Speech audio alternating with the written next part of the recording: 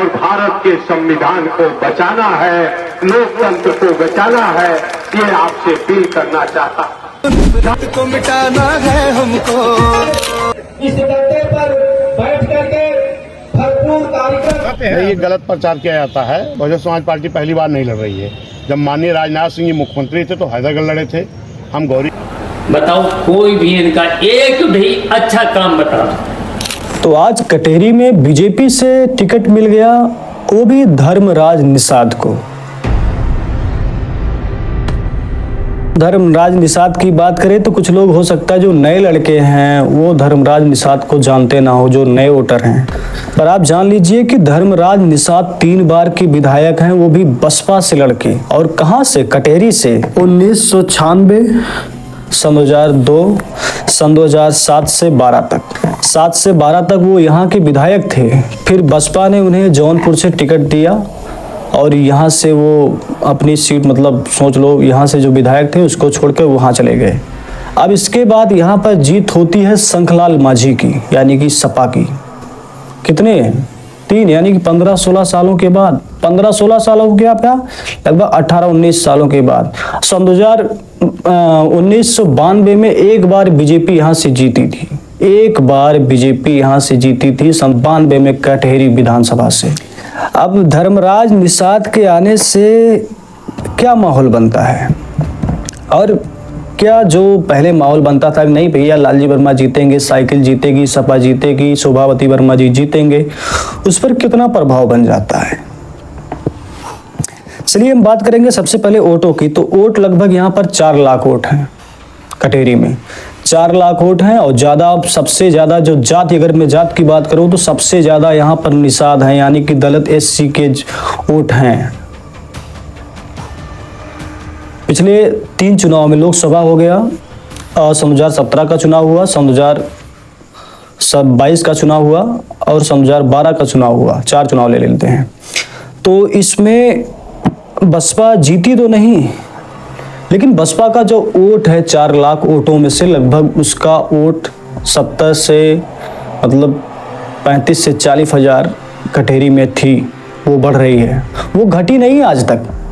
आप सोचिए 12 से लेके 22-24 हो गई, पर 24 के चुनाव में भी वो उसका जो कोर वोट है BSP का वो घटा नहीं है। बहुत ज्यादा घटा नहीं, मतलब वो हारी तो थी, घटी तो थी, लेकिन जितने पे घटी थी उतने पे आज भी है, यानी कि कायम है। पूरा 12 सालों में उसका वोट, भले ना कोई विधायक हो, पर कायम है। अम्बेडकर नगर की कटेरी विधानसभा सीटों में उसकी कोर वोट आज भी BSP की कायम है। और लोग लिख भी रहे हैं, देखो लोग लिख रहे हैं कि बसपा का गढ़ था, बसपा का गढ़ है और बसपा का गढ़ रहेगा।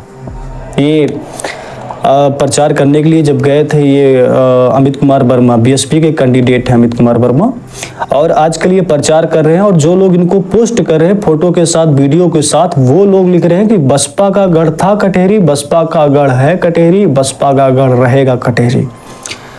अमित कुमार वर्मा के आने की वजह से अब आप सोचिए कि तीसरे नंबर पे, मान लो तीसरे नंबर पे बसपा थी, बहुत ज्यादा वोटों से पीछे नहीं थी। हमेशा उसको लगभग 22% से तो ऊपर वोट मिलते थे, यानी कि 100% में 22% से ज्यादा वोट मिलते थे। अगर यही आंकड़ा 22 से 10 और बढ़ जाए, 32-33 पे पहुंच जाए, तो ये दूसरे नंबर पे आ जाएगी। अब देखिए 33 नंबर पे वो अवधेश द्विवेदी जी थे, भाजपा के प्रत्याशी सन 2017 में, सन 2022 में देखिए 33, 38 या 33 पे ऐसे उनकी प्रतिशत थी, पर 22 इसकी है। और वही में 38 से 40-42 ये लालजी वर्मा यानी कि सपा का रहता है। अब चलिए थोड़ा सा सबके थोड़ा बात कर लेंगे, बहुत जानकारी तो नहीं इस मैटर में, लेकिन थोड़ा बात कर लेंगे। BSP का वोट आज बना है, इस पे बात हो गई। भाजपा का जो वोट है वो भी बराबर बना है। हालांकि सन 1992 के बाद उसका वोट कहाँ चला गया था, कई बार तीसरे नंबर पे, चौथे नंबर पे, कई बार ऐसे माहौलों पे आवाज आती दिखती नहीं थी। लेकिन सन 2014 में जब मोदी जी की लहर चली तो वो लहर अम्बेडकर नगर कटेरी में भी घुसी और वो सामने नजर भी आई, दूसरे तीसरे नंबर पे आई। इसके बाद फिर दूसरे नंबर पे लगभग 2-3 चुनाव से लगातार लड़ाई हो रही सपा से, जीती भले नहीं लेकिन दूसरे नंबर पे तो आई। जहां बीजेपी दिखती नहीं थी कटेरी में, वहां दूसरे नंबर पे आ गई। तो बीजेपी का जो वोट है वो भी नहीं, बीजेपी का जो वोट है वो भी पक्का वोट है। अब लालजी वर्मा जी का जो वोट है, इनको दलित का वोट मिल जाता है, वर्मा का लगभग सारा वोट मिलता है, यादव का सारा वोट मिलता है, मुस्लिम का लगभग सारा वोट मिलता है, तो 3-4 वोट इनके कोर हो जाते हैं, इनके ज़्यादा हो जाते हैं और ये जीत जाते हैं।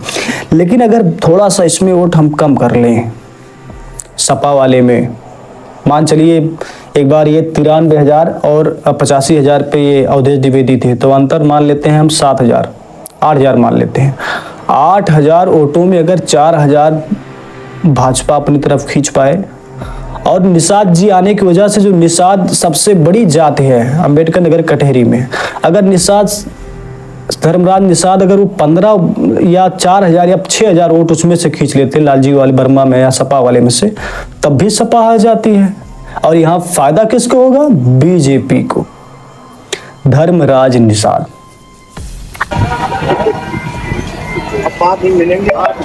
हम मिलेंगे अस्थिर से घर पे आके, पूरा सहयोग रहेगा, तन मन धन तीनों से। कभी नहीं।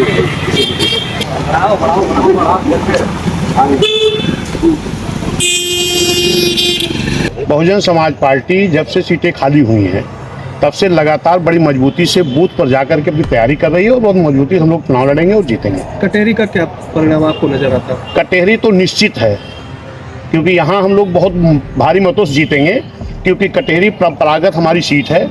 यहाँ पर आज तक लगातार रामदेव पटेल जी रहे हैं, माननीय धर्मराज निषाद जी रहे हैं और लालजी वर्मा भी बीएसपी जीते हैं। यहाँ दूसरा कोई जो है, एक बार खाली सपा जीती थी जब माझी जीते थे, एक बार लालजी वर्मा जी। बाकी अमित कुमार वर्मा जी की बात करें तो वर्मा है और इनके वर्मा की वजह से कुछ न कुछ वोट डिवाइड होगा। तो जाहिर की बात है, सच्ची बात है कि जो वर्मा का कोर वोट सपा में था वो कम होगा, और दलित का वोट कम करने के लिए धर्मराज निषाद जी सामने आ गए हैं। भाई खुद से वो दलित हैं, निषाद हैं, तो निषाद अगर निषाद को नहीं दिया तब तो गड़बड़ा हो जाएगा। ये तो उनकी और आपकी सोच है, किसको कौन देता है। पर एक बात होती है, सभी के बीच में अपनी अपनी सबकी सोच होती है, मेरी सोच है, अगर दोनों में से थोड़ा थोड़ा वोट बीएसपी ने लिया और भाजपा निषाद के जरिए कुछ वोटों को जोड़ने में कामयाब होती है, तो निषाद यहाँ से, यानी कि बीजेपी यहाँ से जीत जाएगी। लालजी वर्मा जी ने आरोप लगाया कि जो मुसलमान प्रधान हैं उनको अधिकारी यहाँ पर बुलाकर कहते हैं, भैया आप वोट देना है तो आप कमल पे वोट दीजिए, वरना आप वोट मत डालिए। वो आचार संहिता का उल्लंघन कर रहे हैं। आप लोगों का पूरा कैमरा वहाँ लगाना चाहिए। जो मुस्लिम प्रधानों को बुला के धमका रहे हैं, उस दिशा में आप लोगों का, आप चौथे स्तंभ है, आपको उस दिशा में कदम उठाना चाहिए। क्या शिकायत मिली कैसे? रोज मिल रही है। आपने कहीं कंप्लेन किया? हाँ, कंप्लेन। इतना बड़ा आरोप लगाते हैं लालजी वर्मा जी। उन्होंने देखो वीडियो में कहा ना, और दूसरा आरोप ये लगाते हैं कि यहाँ के जो बीएलओ हैं, जितने भी मतलब चुनावी अधिकारी हैं जो चुनाव में काम करेंगे, बीएलओ हो गए, अधिकारी हो गए, सारे अधिकारियों को यहाँ पर बदला जा रहा है। और डीएम साहब तो खुद समझ लो चुनाव लड़ रहे हैं, मतलब लड़ रहे हैं खुद, ये डीएम साहब कर रहे हैं, मतलब डीएम साहब को इसमें बताया गया कि डीएम साहब खुद करवा रहे हैं ये। अगर ये आरोप जरा भी सच साबित होते हैं, जैसा कह रहे हैं कि डीएम साहब करवा रहे हैं और ये हो सकता है वो हो सकता है, खैर इस पे भी ये बात नहीं कही गई है, कोई कहेगा भी नहीं, पर अगर जरा भी ये मामला सच हुआ और अधिकारियों में थोड़ा सा डीएम साहब ने इतना सहयोग किया जितना लालजी वर्मा जी बता रहे हैं, तो वैसे भी माहौल बहुत गड़बड़ है। और दूसरी तरफ एक मामला और लगाया जाता है इन पे, लालजी वर्मा जी के ऊपर, मतलब सपा के ऊपर, परिवारवाद। हालांकि परिवारवाद की बात करें तो सभी पार्टियों में परिवारवाद है। अमित शाह के बेटे को देख लीजिए आप, ना जाने कितने बीजेपी के विधायक हैं, तो बात आप देखते रहिए ऐसे, तो वो परिवारवाद की बात अलग है। पर एक आरोप ये भी लगे कटहरी में, और जनता के बीच में ये है परिवारवाद। हमारे यहाँ भाषा में कहते हैं, भैया कुल तुहिक चाहिए, कुछ हमोक तो चाहिए। तो ये सबकी ऐसी सोच है। अब इस टाइम पे मैं मान रहा हूं कि बहुत कांटे की लड़ाई होने जा रही अंबेडकर नगर में।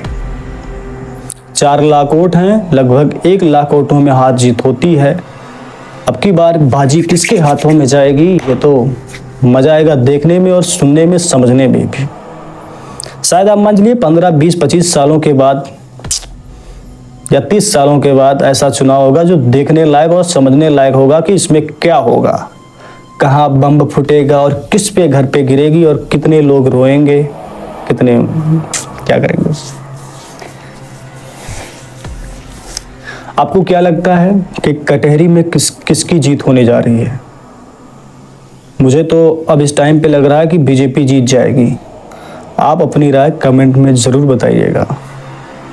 3 बार के विधायक है धर्मराज निषाद, और परिवारवाद का आरोप किसके ऊपर लगा है, तो ये सब बातें बहुत इम्पोर्टेंट है।